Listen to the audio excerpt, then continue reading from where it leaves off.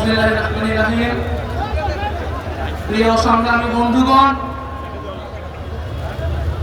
আজ জাতীয় নাগরিক পার্টি ঢাকা মহানগর কর্তৃক আয়োজিত আওয়ামী লীগ নিষিদ্ধের দাবিতে আয়োজিত এই বিক্ষোভ সমাবেশে উপস্থিত আছেন জুলাই গণ অভ্যুত্থানের শহীদ পরিবার বৃন্দ এবং জুলাই গণ অভ্যুত্থানে অংশ নিয়ে আহত যোদ্ধা বৃন্দ।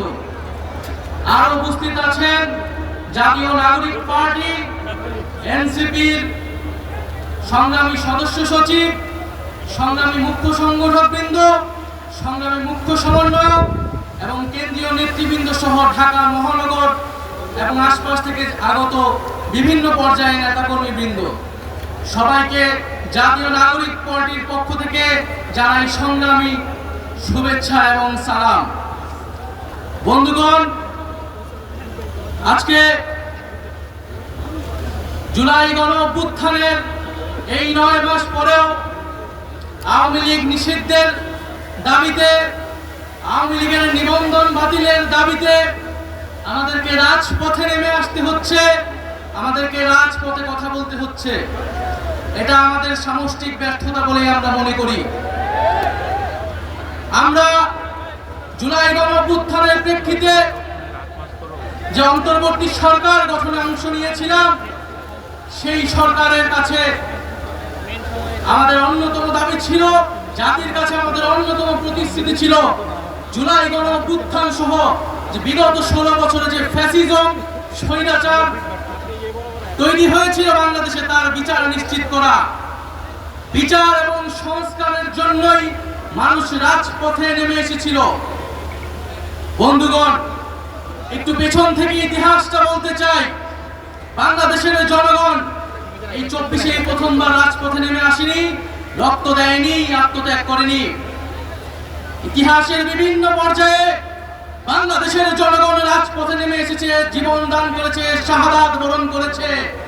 ন্যায় বিচার, মানবিক মর্যাদা, গণতন্ত্র, সার্বভৌমত্ব, স্বাধীনতা প্রতিষ্ঠার জন্য 1947 সালে এই পূর্ববঙ্গের বাঙালি মুসলমান নিম্নবর্গের হিন্দুর সাথে কাঁধে কাঁধ মিলিয়ে এই পূর্ববঙ্গের জনপদের অর্থনৈতিক এবং ধর্মীয় সাংস্কৃতিক অধিকার রক্ষার জন্য লড়াই করেছিল।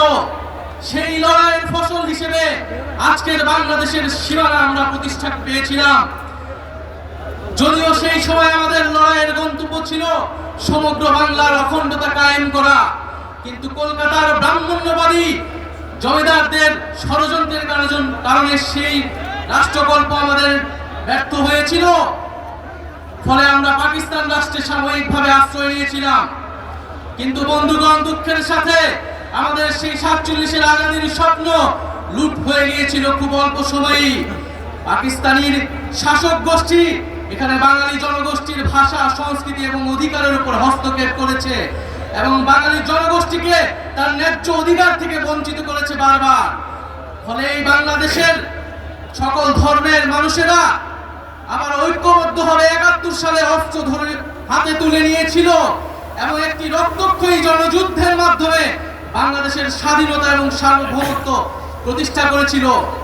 কিন্তু আবারও দুঃখের সাথে 71-এর পরে এই 72 সালে আমার সোনার বাংলার স্বপ্ন এই মুজিববাদীদের হাতে বেহাত হয়ে গিয়েছিল।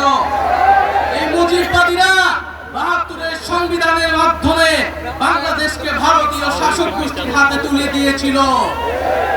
মুজিববাদী সংবিধানের মাধ্যমে যে স্বাধীন বাংলাদেশের আকাঙ্ক্ষা, যেই মুক্তিযুদ্ধের শহীদদের আকাঙ্ক্ষা তৈরি হয়েছিল, সেই আকাঙ্ক্ষাকে ব্যর্থ করে দেওয়া হয়েছিল। মুজিববাদী সংবিধানে বাঙালি জাতীয়তাবাদের নামে এখানে বিভিন্ন জনগোষ্ঠীর যে ভাষার অধিকার, সেই অধিকারকে দমন করা হয়েছিল। মুজিববাদী সংবিধানে ধর্মনিরপেক্ষতার নামে বাংলাদেশের ইসলাম মনা জনগোষ্ঠী, ধর্মমান মুসলমানের যে সংস্কৃতি, সেই সংস্কৃতিকে রাষ্ট্র গঠন প্রক্রিয়া থেকে বিচ্ছিন্ন করে দেওয়া হয়েছিল। এখানে সমাজতন্ত্রের নামে যে পুঁজির স্বাধীন বিকাশ, সেই বিকাশকে ব্যর্থ করা হয়েছিল এবং অর্থনীতিকে লক্ষ্মী বাহিনীদের হাতে তুলে দেওয়া হয়েছিল এবং গণতন্ত্রের নামে বাকশাল কায়েম করা ছিল। এই ছিল ৭৫ পর্যন্ত মুজিববাদীদের শাসন। আমরা দেখেছি স্বাধীন বাংলায় এরপরে বিভিন্ন সময়ে সামরিক হস্তক্ষেপ হয়েছে। এক পর্যায়ে বাংলাদেশের জনগণ ৯০ সালে আবারও রাজপথে নেমে একটি গণঅভ্যুত্থান তৈরি করেছিল। সেই গণঅভ্যুত্থানের পরে স্বৈরতন্ত্রের পতন ঘটেছিল। কিন্তু দুঃখের বিষয় ৩০ বছর পরে বাংলাদেশের জনগণকে আবারও গণতন্ত্রের প্রতিষ্ঠার জন্য রাজপথে নামতে হয়েছিল। কেন নামতে হয়েছিল? কারণ গণঅভ্যুত্থানে যে রাজনৈতিক দলগুলো যে প্রতিশ্রুতি দিয়ে ক্ষমতায় গিয়েছিল সেই প্রতিশ্রুতি তারা রক্ষা করেনি। ৯০-এর গণঅভ্যুত্থানকে যারা গণঅভ্যুত্থানে অংশ নিয়েছিল তারাই ব্যর্থ প্রমাণ করেছে। ফলে রাজনৈতিক দলগুলোর সেই নেতৃত্ব বাংলাদেশের জনগণ মেনে নেয়নি। বিগত ১৬ বছরও রাজনৈতিক দলগুলোর, ফ্যাসিবাদ বিরোধী দলগুলোর নেতৃত্বে জনগণ রাজপথে নেমে আসেনি।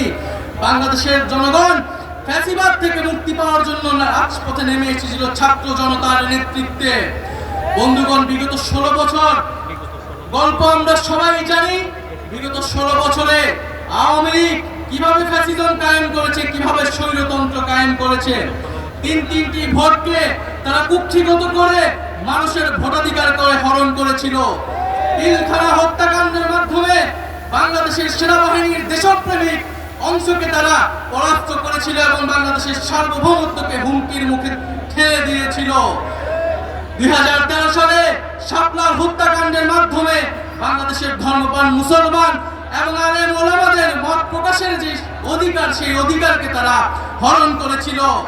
এছাড়া ধারাবাহিকভাবে কোটা সংস্কার আন্দোলন, নিরাপদ সড়ক আন্দোলন, মোদী বিরোধী আন্দোলনে তারা হত্যাকাণ্ড এবং দমন পীড়ন চালিয়েছে।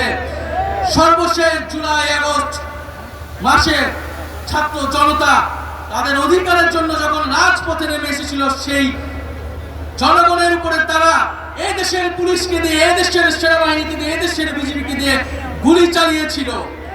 আওয়ামী লীগ কোনো আর রাজনৈতিক দল নয়।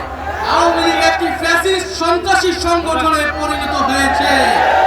আওয়ামী লীগের রাজনীতি করার আর কোনো আলোচনার প্রশ্ন থাকে না।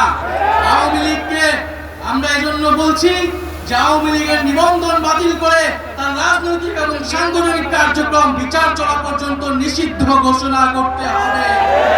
কিন্তু দুঃখের বিষয়, বর্তমান পরিস্থিতিতে আমরা দেখছি গত ৯ মাসেও বিচার কার্যক্রম দৃশ্যমান হয়নি। জুলাইয়ের শহীদ পরিবার এবং আহতদের যে রাষ্ট্র দায়িত্ব নেওয়ার কথা ছিল, তাদের যে মর্যাদার জীবন নিশ্চিত করার কথা ছিল, সেই নিশ্চিত করতে পারেনি এই অন্তর্বর্তী সরকার। এবং আমরা দেখছি দুঃখের সাথে যাদেরকে গ্রেফতার করা হচ্ছে তারা জামিনে মুক্তি পেয়ে যাচ্ছে। বিভিন্ন জায়গায় মামলা বাণিজ্য করা হচ্ছে এবং বিভিন্ন রাজনৈতিক দলের আশ্রয়ে আওয়ামী লীগ তৃণমূলে পুনর্বাসিত হওয়ার পরিকল্পনা করছে। বন্ধুগণ, আমরা দেখতে পাচ্ছি যে আমাদের এই অন্তর্বর্তী সরকারের সময়, গণঅভ্যুত্থান পরবর্তী সরকারের সময় যে নির্বাচন কমিশন গঠিত হয়েছে, সেই নির্বাচন কমিশন গণহত্যাকারী ফ্যাসিস্ট আওয়ামী লীগের লোকদেরকে প্রার্থিতা অযোগ্যতা ঘোষণা করতে সম্মতি দিচ্ছে না। তারা বলছে যে এটি নাকি রাজনৈতিক সিদ্ধান্ত। নির্বাচন সংস্কার কমিশন সুস্পষ্টভাবে সুপারিশ করেছে যারা গণহত্যা করেছে, যারা লুটপাট করেছে, যারা ফ্যাসিস্ট আওয়ামী লীগের সাথে জড়িত ছিল, তারা কোনোভাবে আগামী নির্বাচনে অংশগ্রহণ করতে পারবে না। কিন্তু নির্বাচন কমিশন এখনো সেই প্রস্তাবে সম্মত হচ্ছে না। আমরা সন্দেহ প্রকাশ করছি এই নির্বাচন কমিশন কার পারপাস সার্ভ করবে। ভুলে গেলে চলবে না, গণঅভ্যুত্থানের পরে এই নির্বাচন কমিশন গঠিত হয়েছে। আমরা দুঃখের সাথে দেখতে পাচ্ছি বিভিন্ন মিডিয়ায় সাংবাদিকরা প্রশ্ন করছে, সারা প্রশ্ন করার সাহস পাচ্ছে যে শেখ হাসিনা কি গণহত্যাকারী, সেটা কি প্রমাণিত হয়েছে কি প্রমাণিত হয় নাই।